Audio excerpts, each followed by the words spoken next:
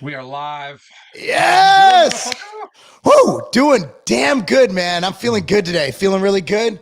You know, my Outstanding. my I don't have any stomach paralysis or anything. It's a great day when your stomach is not paralyzed. Yeah, you didn't throw up at the gym today? I mean, not from that reason. I've never honestly, I'm not like we have a lot like at Legacy, a lot of the kids throw up and they're like, you know what it's like? I'm like, no, I never thrown up from Yeah, training. I've come close, but yeah, I've never thrown up from training. I've thrown up from nerves before a football game, but yeah. never ever for training. No matter how hard I push it, boxing would. Well, you've never done a hard sport. Football and boxing are pretty hard. Pretty hard, So, yeah. yeah, Um, I'm not a puker. I don't. I'm not. Look, man. I don't spit. I swallow the throat. Swallow it back. Swallow it back down. You're a I'm swaller? Yeah. I'm not a quitter. I'm not a quitter. Never accuse me of being a quitter. I swallow it like a man.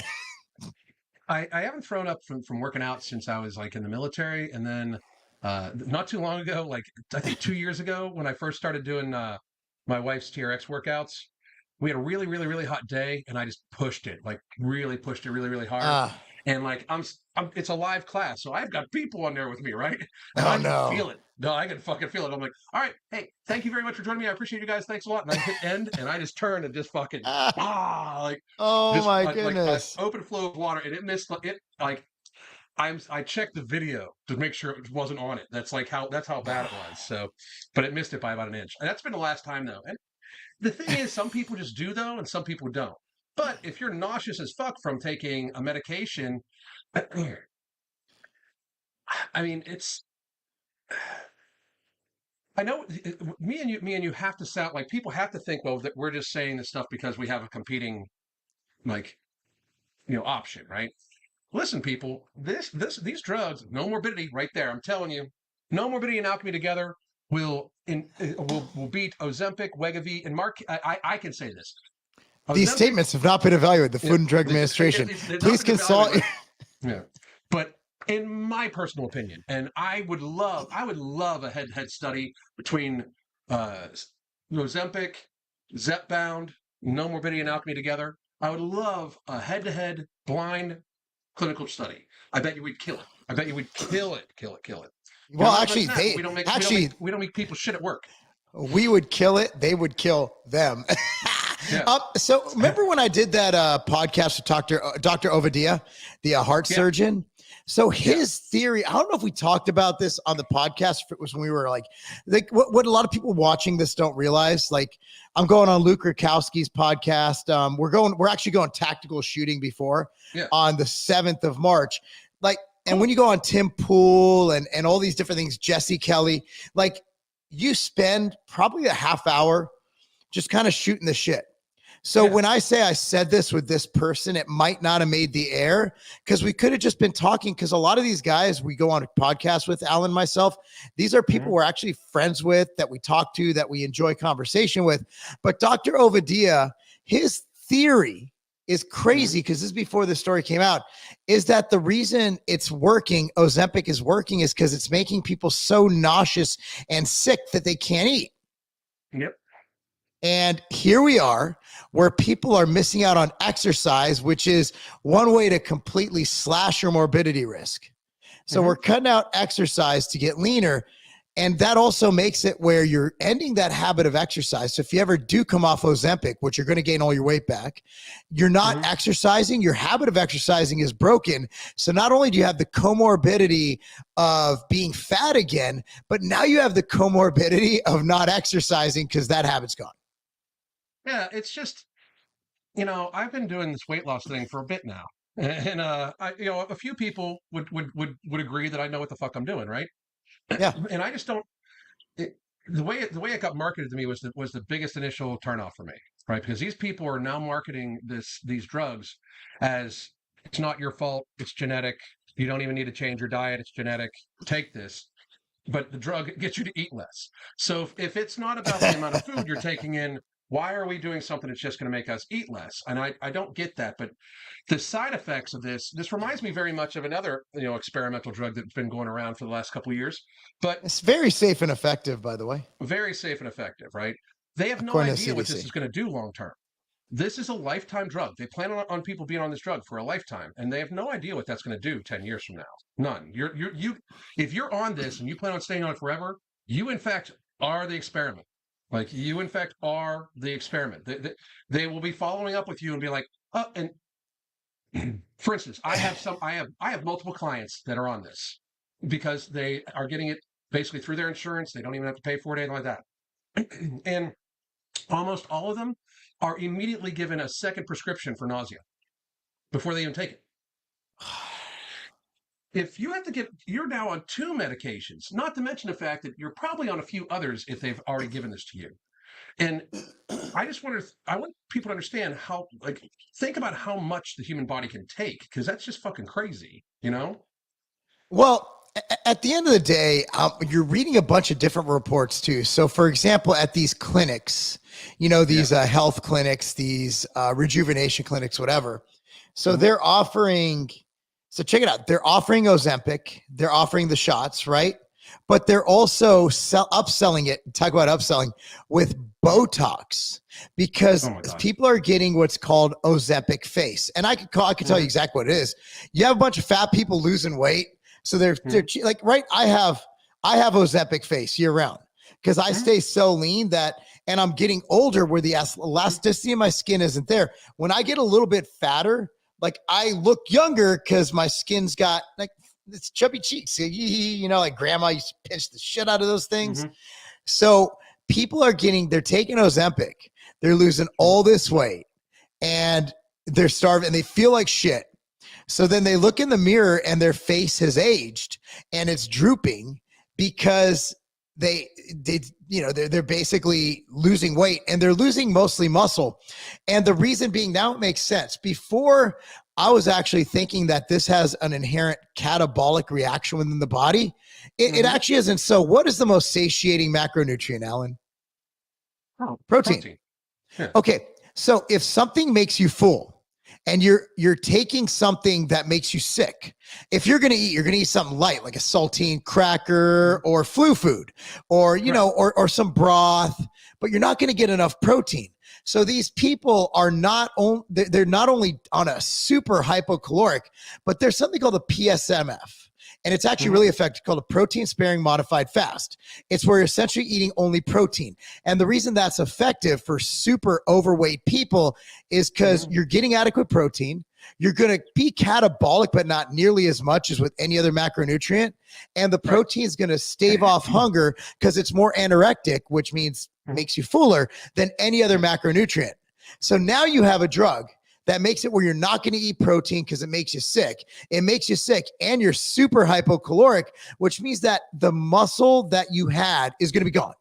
Even if you're untrained, you still had muscle. So even if you are already a weak piece of shit, it will make you an even weaker piece of shit and you're not going to look good. You're going to lose weight and you're going to look like just a bag of bones. You're going to look like soup. You don't look like if you put soup in a bag and you left the bones in it, like you were making bone broth and the bones are in it, just kind of floating around, skin's droopy, face looks all crappy. And that's what Ozempic's going to do.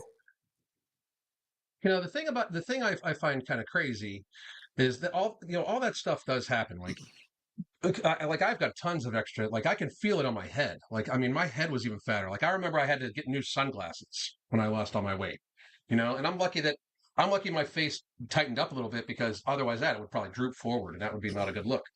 But I think just people need to understand that, like we have a couple people in the chat right now, I think are a little upset because like it was worth every dollar. You don't even know that. Like you don't even know that yet. Like you have no idea what's going to happen in a little while. If you are still on it, here's my biggest worry, because this is logic. So get there faster. But if you're on something that has they warn you about very seriously deleterious side effects off the bat, and then they tell you they want you to be on it forever.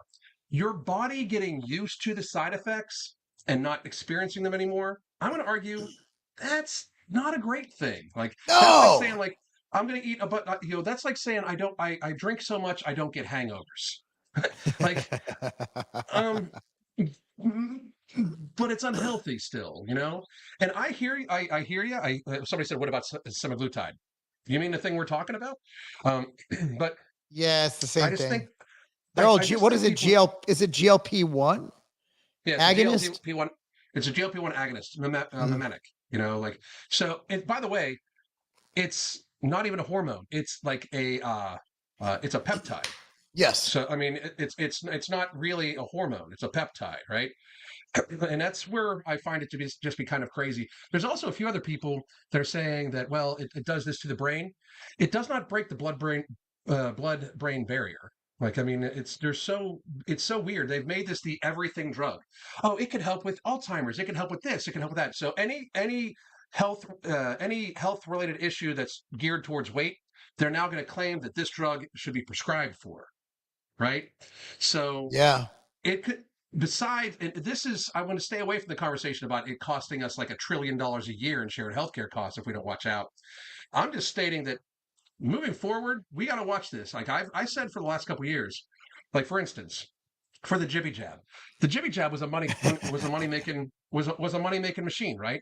But I said to you a long time ago, I was like, the real play is that they're going to have a bunch of new medications for the side effects down the road. That's where the real money's at, because now you got it on the return. You know, you Yeah. got them daily, and you got them daily instead of monthly or yearly, right? Like that's just going to be the same thing for this. Like this is not going to go well. Like when people are losing 30% muscle mass instead of and 70% fat, like you could also take no morbidity again. No morbidity has thinogen in it. Thinogen uncouples the protein 1 NAs from adipose Yeah. tissue. So therefore, if you are in a caloric deficit, you will lose more fat mass than muscle mass than without it. But if you take Ozempic, you lose more muscle mass than fat mass than without it. It's just really um, I just I understand where the pharmaceutical industry is coming from because they're going to make their money off the pharmaceuticals. I don't understand where people like are not using the logic about like, well, I could take something that's more effective because Nomo and Alchemy are more effective, but I could take something more effective with less cost and less side effects. But Yeah. my doctor told me to take this. My doctor happens to be 350 pounds and fucking sweats when he sits. But he told me to take this medication to be healthy. You know, we were in a very weird time in the world. You know, Doctors have been notoriously overweight for a long time. My doctor oh, isn't. I yeah, walked in. I remember I just looked up a new GP in when I moved here, and because I get my blood work done and I have insurance. Yeah, not even gonna be mad at that one.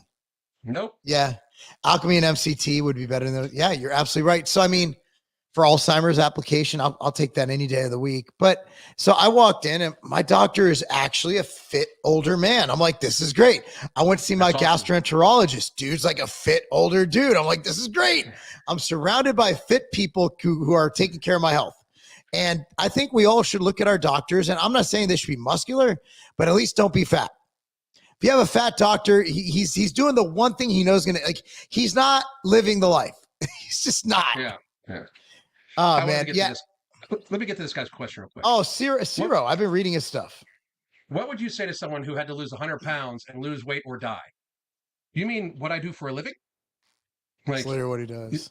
it's literally what I do for a living, dude. Like I first of all, I've lost 100 pounds and kept it off, and I've helped probably 1,000, 1,500 people in my personal coaching, and tens of thousands of people with no morbidity, alchemy, and just the free advice that people like me and Mark give.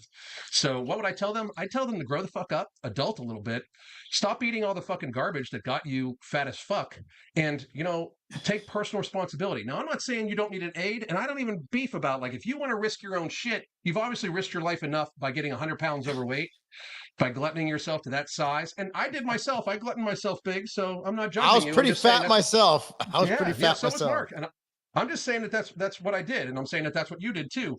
I'm saying that you should take it upon yourself to do this. You're pretending, and I mean pretending right now, that the only way to lose 100 pounds is through a very seriously harsh medication with no long-term testing produced by historically corrupt companies in a historically corrupt industry. So I'm going to say that I'm going to stick with the things that have lasted for thousands of years in Ayurvedic medicine. That through Ambrosia Collective we have just applied modern techniques to extract this ancient wisdom and put it in a pill form, so you guys can have it safely without shitting yourself at work. You know. Yeah, I think just adding to that, sorry, I got the wrong one. So Yeah. adding to the additional tools. So the thing is, what we've shown is that Ozempic was not meant to be a quick fix. It was not Nope. meant to be something that's taken a little bit. They know going into this that what's going to happen is you're going to gain your weight back. So Ozempic is, so if this is the, so the, you're saying the only way to lose weight is by inducing stomach paralysis, potentially leading to side effects that won't go away for the rest of your life.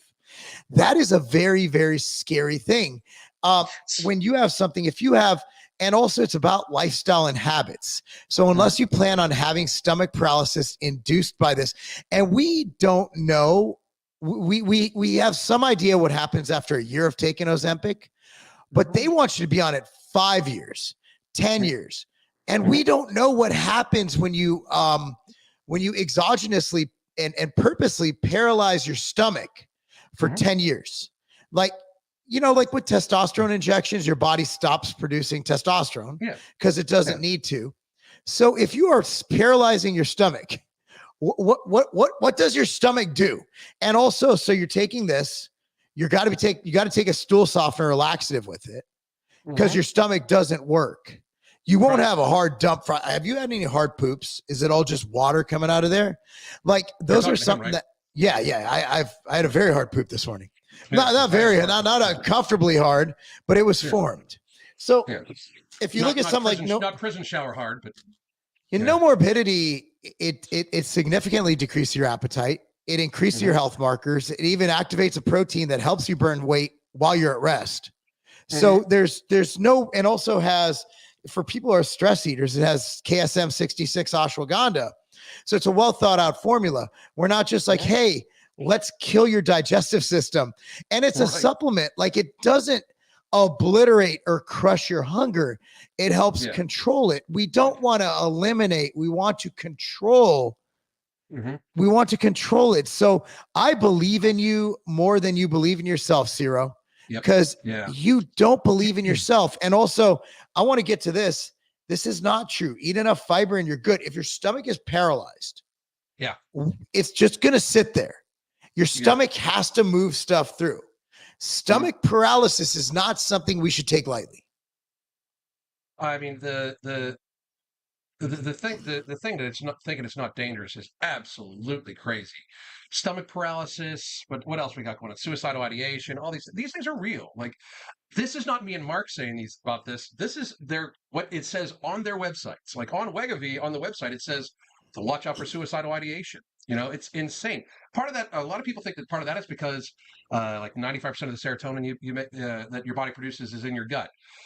I think that that's actually wrong because when I investigated this a little bit last night, I started reading some studies. The serotonin in your brain is not actually from your gut. Tryptophan, which actually can break the blood-brain barrier, that is converted into serotonin in your brain. Tryptophan gets converted into serotonin in your brain, which is a neat Mm. thing that me and you will talk about later on because I think we have an opening for something else there too. But um, it still is a matter that like when you take an SSRI on that, it still is going to affect all the serotonin. Serotonin, like Mm. 95% of the serotonin in your body is used for other shit, which still will affect your mood and all like that, but it's used for digestion, all sorts of shit, right? So, but I think the problem with Ozempic is that it crushes that. Like it crushes the serotonin production in your stomach. These people don't Wow. eat regularly. They like I know that the clients I have that are on it, they'll take the medication and for a couple days they're very nauseous, can't eat anything, and then it starts coming back. And the day before that they take another injection, they're at like almost full on eating how they normally would eat off of it. You know? Really? Yeah, it's like they don't. My problem with it is it doesn't allow to build habits, right? It doesn't allow to build and then test healthy habits. It very much makes the person just not hungry, normally nauseous or something like that. And then a couple days later, sometime like by the time they're getting ready to take their next shot, and this is from clients that I have, like dozen, they get hungry again. And the weaning off process for a drug like this is also weird too, because they'll pull you back, but they want you to be on it forever. Mark is a fucking genius. Okay. And I'm not saying it just because he's here, but Didn't expect that.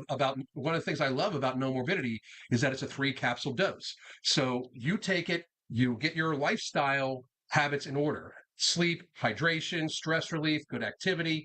all that stuff. But we have designed this so once you think you're good and you're at the weight you want to be and your healthy habits are in place, you go down to 2 capsules a day and see if your hunger remains Yep. bearable. Then you go to 1 capsule a day and you see if your hunger remains bearable.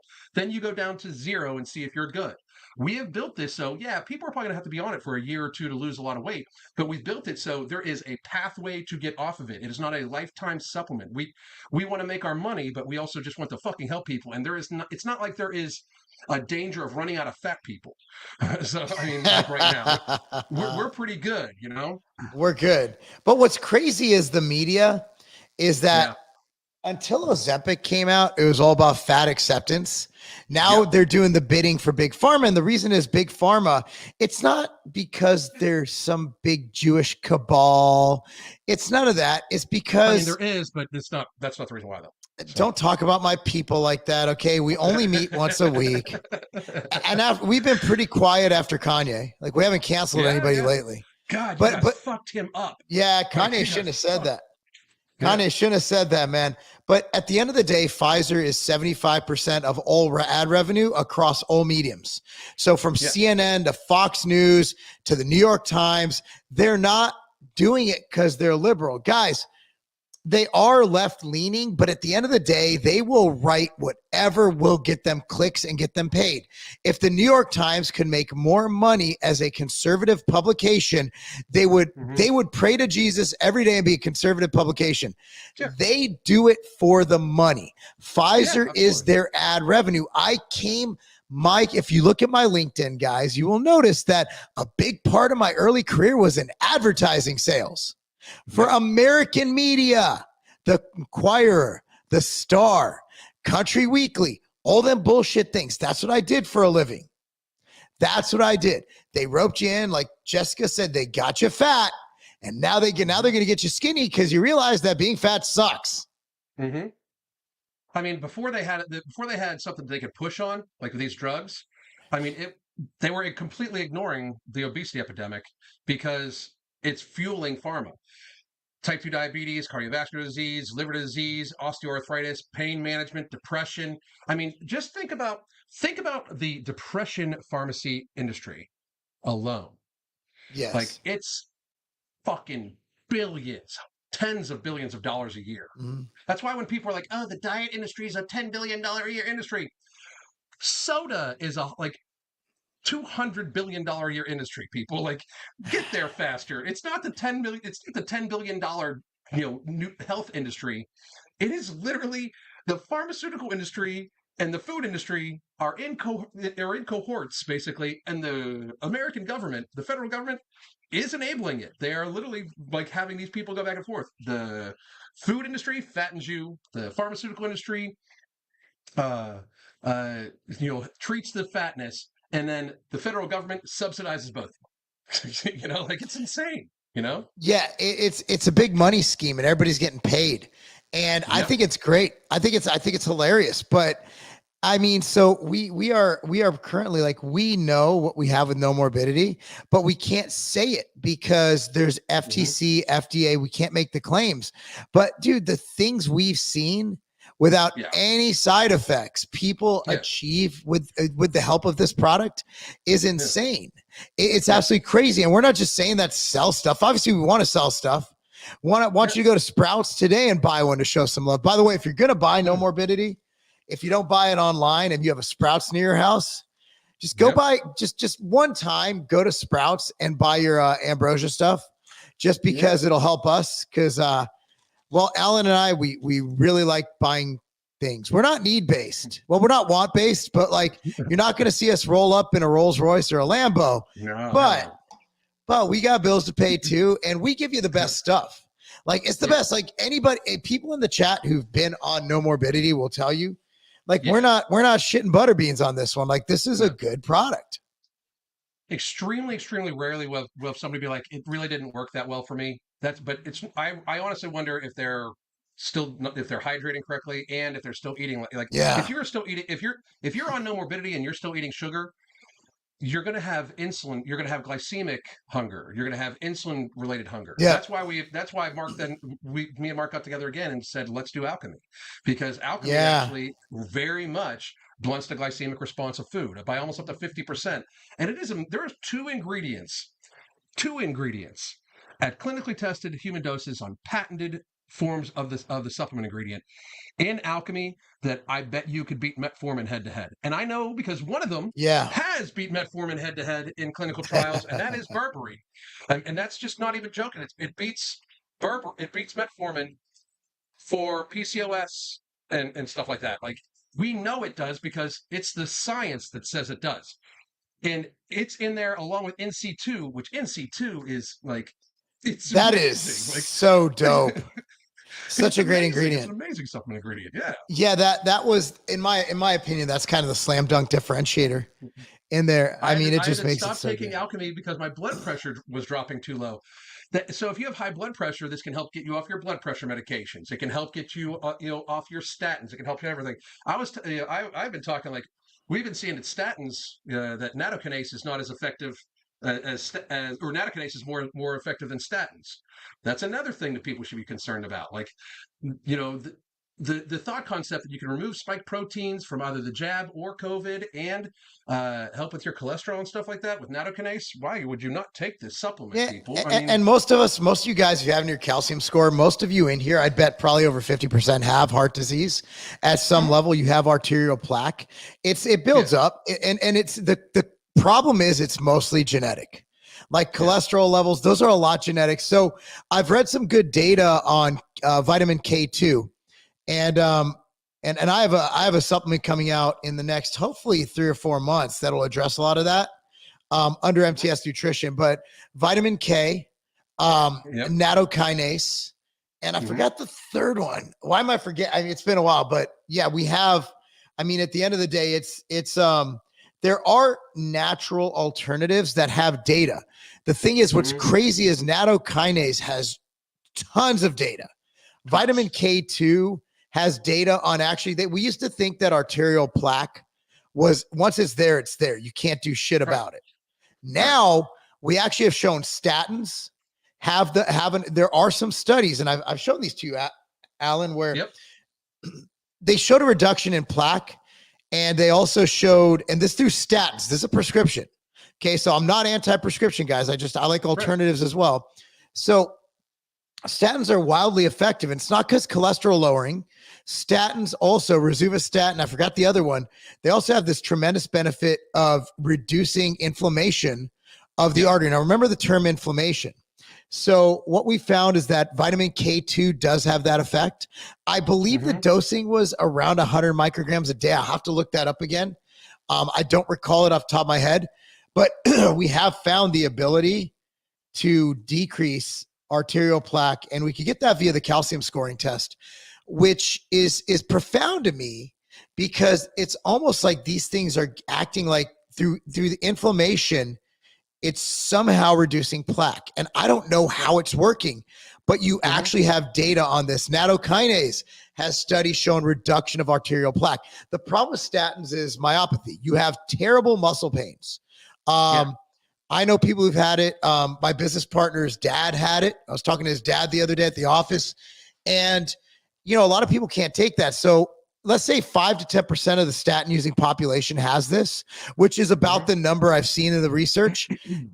Do we just say don't take statins and die? Right. No, we need to have alternatives. That's why you look at the vitamin Ks, you look at the nattokinase, and you're able to help people who can't. Some people are like, well, just take the pharma stuff. What if the side effects for that individual are too great? Serapeptase is another one that's out. It's not the one I'm thinking of, Monica, but serapeptase is actually a very fascinating ingredient I've been reading into as well. Very cool. I have to read about that one. That was a new one on me too. Yeah, so, serapeptase, I haven't taken it, but I'm actually going to probably throw it in my arsenal of things I take. Nattokinase, I take 8,000 FUs a day. Throwing vitamin K in. I mean, at the end of the day, man, you only got one heart. You should take care of that bitch, right? Yeah, we should take care of that motherfucker. Yeah. We were talking about this article here too. This is the article that in question, and this is fucking crazy. I can't even believe we're going to read this. But this is from the New York Post. And this is basically saying gym attendance falls flat. I have no idea why they're doing this shit. All these ads. God damn it. Uh, gym attendance falls flat as Ozempic is blamed for causing people to vomit during workouts. How many people are on Ozempic where it can affect overall gym trends? That's the crazy part to me. Lot. Like, so many people are on it that it's affecting gym attendance, which, by the way, I've noticed in the trade publications, January 1st did not have a spike this year. We did not have the New Year's rush nationwide at gyms. No, we didn't. Could this be the culprit? It could be. I think it's I think it's a combination of that, and just people just are accepting that they're not going to get in shape. Like that, like a lot of people view gym stuff as like it's only athleticism and anything like that anymore. Like they don't even like a lot of people just aren't giving a shit. I think that there's stress levels about this year's election is super high. I think there's a lot of stuff involved, but I do think that people being told it's not your effort, it's your genetics, take this drug. I think that for a lot of people that normally would have been like, I really need to get my shit together, that would have been like, oh, so this is not actually me. They're like, it's not my fault. I'll just take this medication. I don't need to go to the gym. So I believe that the federal government has helped that. And I do believe that that for a great degree, the pharmaceutical industry has convinced people that they don't need to work out, that it's just genetic and they can fix it. It's crazy. Well, I mean, if I was going by genetics, I'd still be fat. I wouldn't be a pro bodybuilder. Yeah. I don't think people even know what their genetics are because they never actually train. I mean, there could be a lot of people, there could be a lot of dudes out there with Phil Heath genetics. They just don't know it because they're too fucking lazy to work out. Like, it's crazy. I really think that if I don't exercise in the morning, my day is just shit. I just need to have that. I need to have that. And I just need that fix. I need to have that stress relief. My life is insanely stressful. And if it wasn't for the gym, forget about all this muscle bullshit, the whole like bodybuilder thing. I need the gym mentally. I don't understand. I seriously don't understand how people can function in life without exercising vigorously. I just don't understand how you could do it. I don't understand. Like Trump does it. He does it very well. Trump is very high functioning, but I think most people, but imagine if Trump was in shape, how fucking crazy that motherfucker would be. It would be insane. But he does exercise. Like, doesn't he walk the golf course? That's actually a lot of work. I don't know. Even if you take the cart, golfing's active. Yeah. I mean, you're swinging a club, I guess. I don't know. I can't golf, dude. It just is too much for me. It's just too much. I hate golf. I despise it. Yeah, it's not. It's a skill. It's not a sport. I'll argue that till the cows come home. But it's like NASCAR. NASCAR's not a sport. It's a skill. Don't get me wrong. So. I mean, don't get me wrong. You do you. But you're about to piss off some. You're about to piss off all the rednecks, man. Yeah, I'm not gonna. I got better things to do than watch somebody drive in a circle for fucking 5 hours. I don't know how else to tell you that. If you want to watch somebody drive in a circle for 5 hours, the worst part is I find most people that watch that like they're waiting for the accident. And that's weird to me. But there's obviously there's going to be people like we have a few people in the comments section talking about like, well, I went on it. The one guy who says like, I've been on Nomo and I went back on Ozempic, man, that's really good for you. Okay. But I have probably 24 people that would say that they've gone off Ozempic or Wegovy or Mongiorno to take Nomo and Alchemy, and they like it a lot better. It's worked a lot better for them, So I do think there's an individualization. I do believe the gentleman also said he's on a few other medications like TRT and stuff like that. So you don't have to worry. Since you're on TRT, you probably don't have to worry about the muscle wasting and everything else. You can still lose muscle with adequate testosterone unless he's dosing the shit out of it. Like muscle wasting, like think about it. Like a lot of teenagers will stop weight training during football season. They'll come back weaker and with way less muscle mass. And their testosterone in high school is in like that's steroid level. Like that is crazy. They're in the fucking 1,500 to 2,000 range. And I see it with every athlete who doesn't train during the season. What is sport? It's essentially cardio, right? Like strength training makes you better. So when they take a whole season off of weightlifting, they will actually get worse as the season progresses. The kids who come in and get their lifts in during the season after practice, they're the ones who get better as the season goes on. The good news is everybody does that. So everybody gets worse during the season. Nobody, unless, we had this one kid played at Nolansville, came in 3 times a week, hit like 8 PRs on deadlifts during the season and got better. Like he at the end of the year, I don't know how much better he got or how much worse everyone else got. Here's a kid who was not looked at by even community colleges who's getting recruited by D1 schools. And I think it's because he kept getting better and everybody else kept getting worse. That's the thing. Like training, especially at that age, you can just do so much. Man, I remember when I was like 17, 18, I was like, you could have asked me dead straight and I would have answered you dead straight in the center of the face. Like, yeah, I'm a moron. Yeah. Like, there's almost nothing. Like, if physically, if I put my mind to something, there was almost nothing I couldn't do. Like, and when you're that young, you literally you can just keep getting better and better and better and better and better. So it's the gift of youth, Callie Moore, I dropped your name again today. Well, that's cool because I dropped the hell out of his name. Oh man, did I roast his ass in that video? I mean, what I don't understand is like I can't wait to watch it. I've been on live, so I'm gonna watch it right after this. Oh, at the end of the day, like, people be like, why are you even mentioning him? Like, he's mentioning me. Like, I'm not going to not defend myself. He's a massive hypocrite. So, I mean, I can address this a little bit here. Like, he said that protein is poison and everybody selling protein is a criminal. And then he goes and does a video with my partner, CT Fletcher, who's literally got his own fucking protein flavor.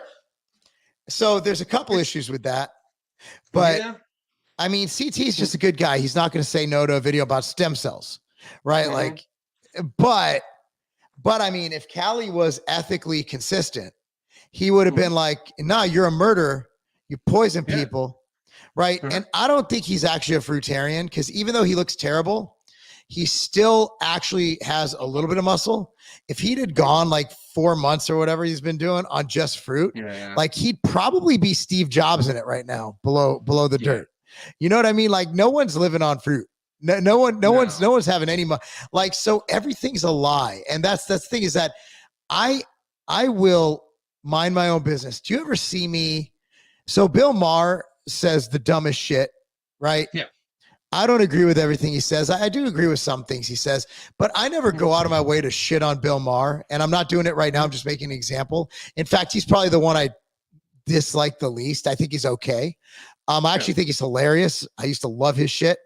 But when someone literally comes out and says I'm poisoning people and is spreading information that could damn near kill somebody, if not kill somebody, like water's bad for you, or don't have sodium at all, like you need that for your heart to function. That's when I need to do videos. So now the good thing is it's great for clickbait. And people want to see, like, why do you keep doing? Nobody wants to see this. I'm like, no, these are literally getting triple the views of my normal videos. People want to see it, or else they wouldn't watch it. I don't think people understand. Like the videos, people say, "Why are you doing this?" Nobody wants to see it. Those are the ones that get all the views. Yeah. Am I wrong? No, nobody wants to see you talk about these people. But then, why is everybody watching? Yeah, why am I getting triple the view? Literally triple the views, bro. Callie's going to keep mentioning your name because, like, I think that he realizes that you're the one that killed his cookie company. I'm pretty sure he's pretty ass about that. I think it was me. I think Chris Jones was the one who really put it under. Chris Jones went fucking in, bro. That was so funny. He's like, crackies. Chris Jones, the way he delivers things. Oh my God. Like he was so magnificent. He was so magnificent. I think he's gonna he's gonna keep talking shit because he can.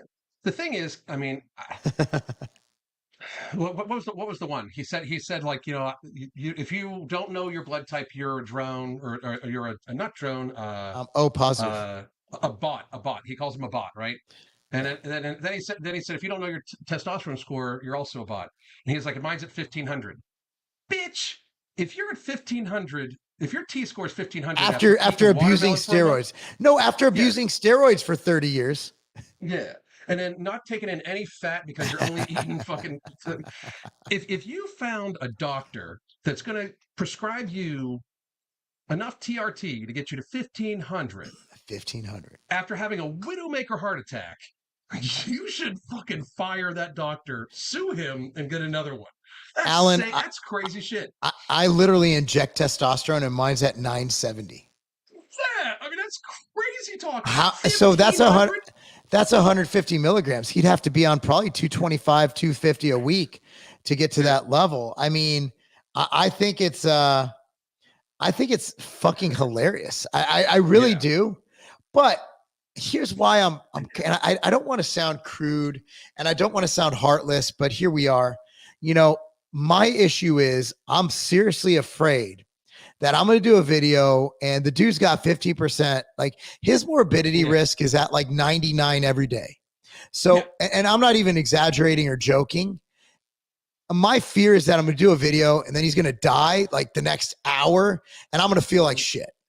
That's my main fear. I won't let you. I'll talk you down. I won't let you, because here's the thing. I'm not good at people dying. I'm not good at dogs dying. It's just not my strength. Well, dogs dying is rough for me. People dying, me. It's horrible. Yeah.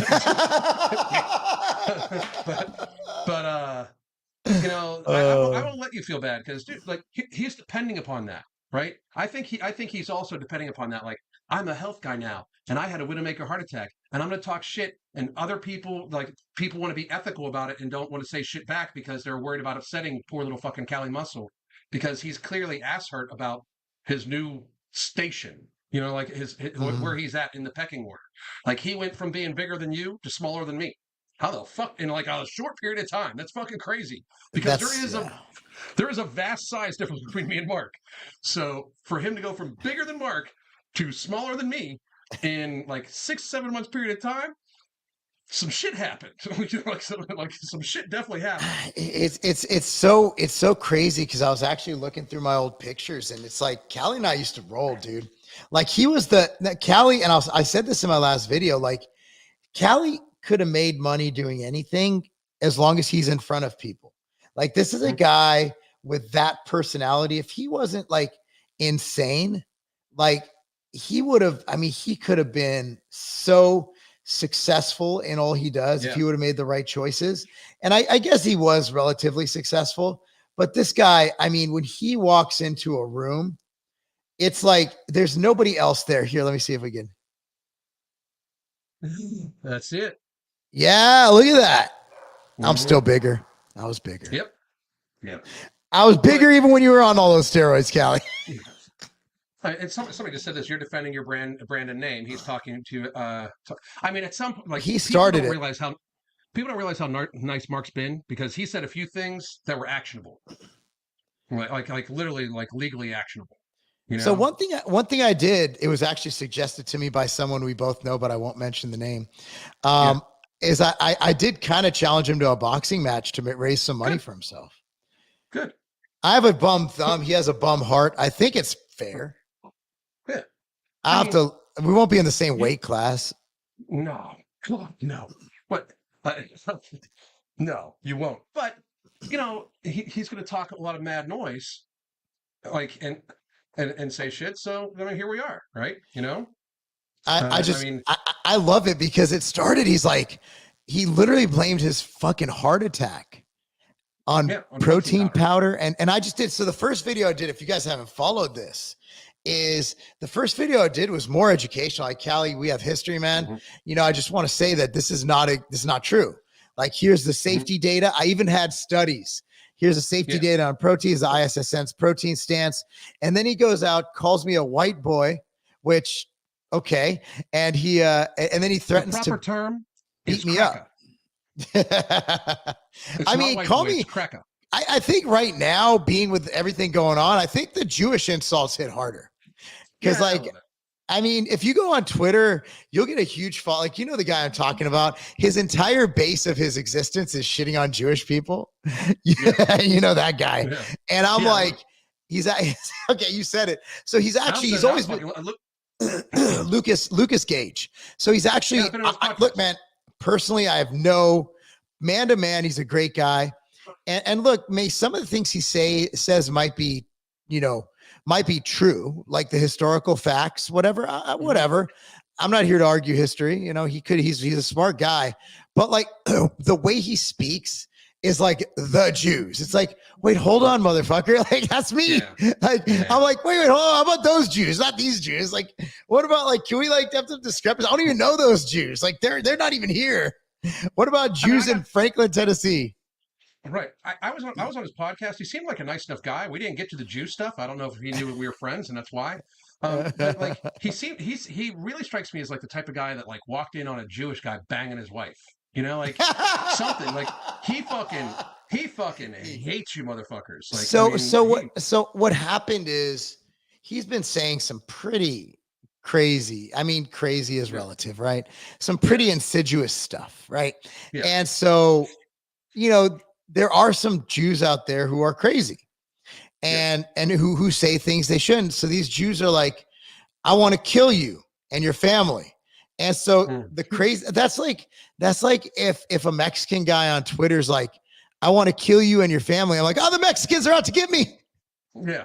Yeah. Oh no, every Mexican, it's all the Mexicans. They're all out to get me. They're gonna come over here and fucking just fucking in their sombreros and just fucking attack me. Yeah.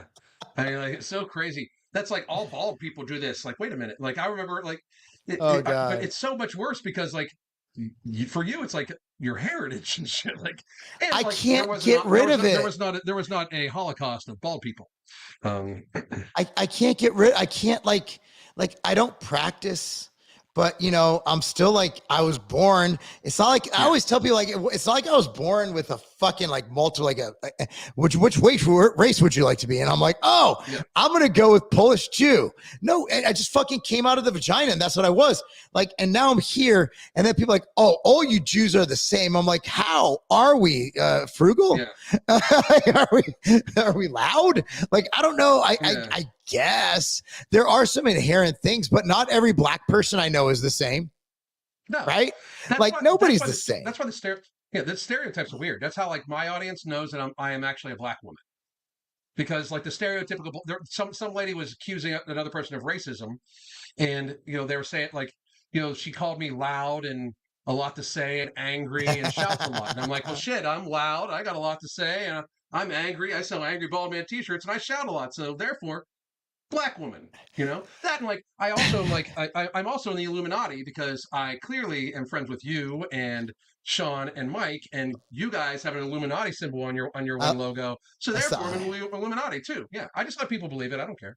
What's great is that it's literally designed by a black graphic designer. It's crazy. It's insane. Like people wearing one of the shirts and they'll be like, do you know what those symbols stand for? Like Ambrosia? Like Ambrosia Collective? Because to me, that's what they stand for. So the brand, if you look at the images, the hieroglyphics, it's got like our initial thing when we came together is me, Sean, and Mike. We all owned our own brands. We came together because we wanted to create something special in Mental Jewels. This isn't like a sales pitch. It's exactly what happened. And then Mike at the time had a YouTube series called Mental Jewels on his channel. And we're like, dude, we're going to be like, nobody's as smart as us because we're all very confident in what we do. We're like the fucking supplement Illuminati. Yeah. Basically, we are the higher society of supplements. So that's why we got into all the symbolism and the owl and that, because our whole thing was fitness Illuminati. And honestly, like if you go into Sprouts, please guys go into Sprouts and you look at go there now. And you look at the packaging, it just slaps. That is good. He's thrown up. He's thrown up. I brought it back. Sneezing. If you look at that, dude, it's like our packaging is so good. But if you look at it, you're like, dude, like this is, I mean, look at it, dude. We got like, even on our reduced anxiety and stress management, it's like a pharaoh. Like, guys, it's not that serious. It's like we're not that connected. Like, and we're not even like the same. Like we got an Iranian, a black guy, and a Jew. Like it's hardly a cohesive unit of collusion. I'm like, seriously. fuck. I love it. Like, I love it though. I mean, but It's that's how dope it is, though.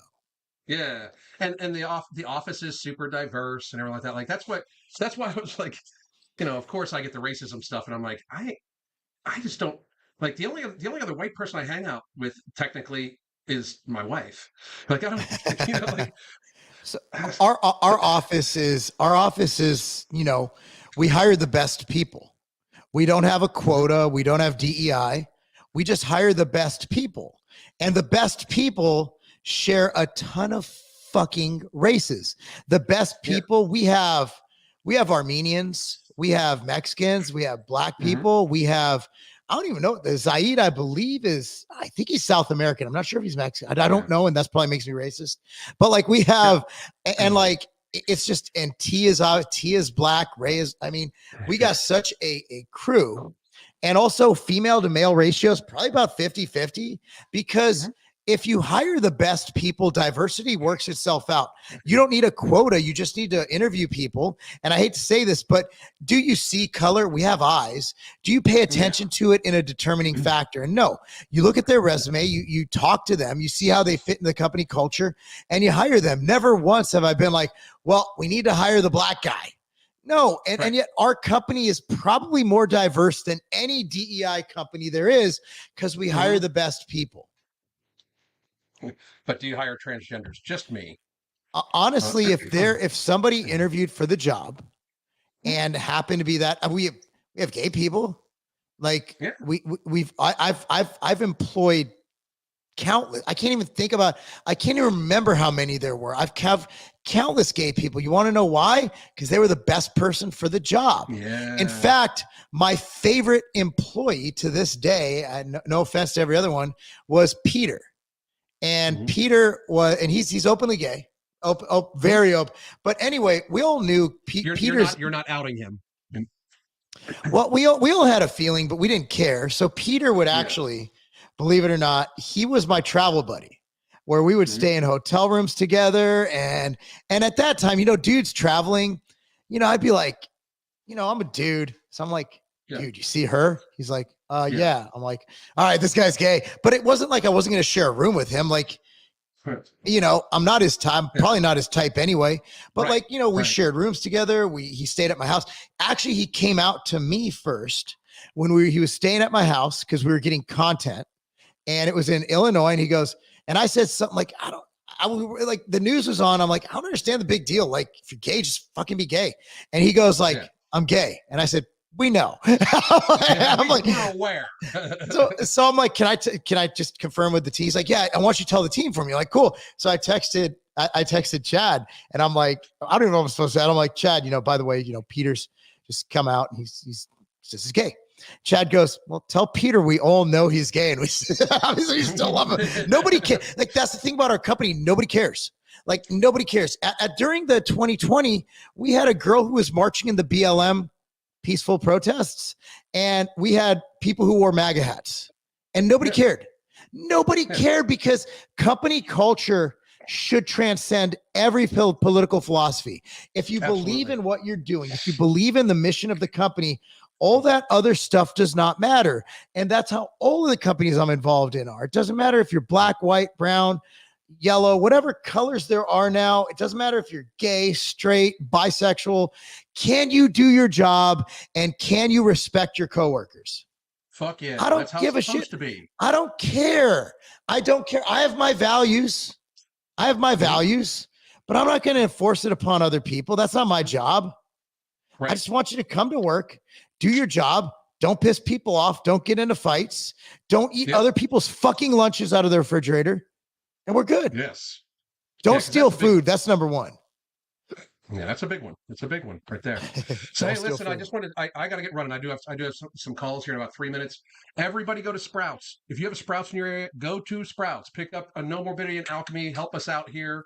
Let Sprouts know that we are going to bring them a lot of business, so therefore they will order more from us. We appreciate you, motherfuckers. Yeah, Alan and I we're currently working on financing our first private jet, so we really need you guys to help us out with that because we're really exactly what we'll go. Because that's the life I live. Only bitches fly coach. Just jet setting. That's what I do. Like, Bro, Oh, by the way, I booked my flight for Florida to go on Luke's show, and I'm like, I went on Spirit, and I know he's making fun of me. I know he's like, Spirit. I'm like, yeah, bro, it was like $50. Yeah. And that's good. That's going to start. All right, brother. We'll get to your calls, man. All right, man. We'll talk soon. I'll catch you here in a little bit. And thank you, everybody, for tuning in. I'll be back I won't be back tomorrow. I am traveling tomorrow. I have to travel back to the old house and start closing it out. So I will be back on Sunday night. Goddamn. Have fun in The Walking Dead. Thank you, sir. Bye-bye. All right, guys.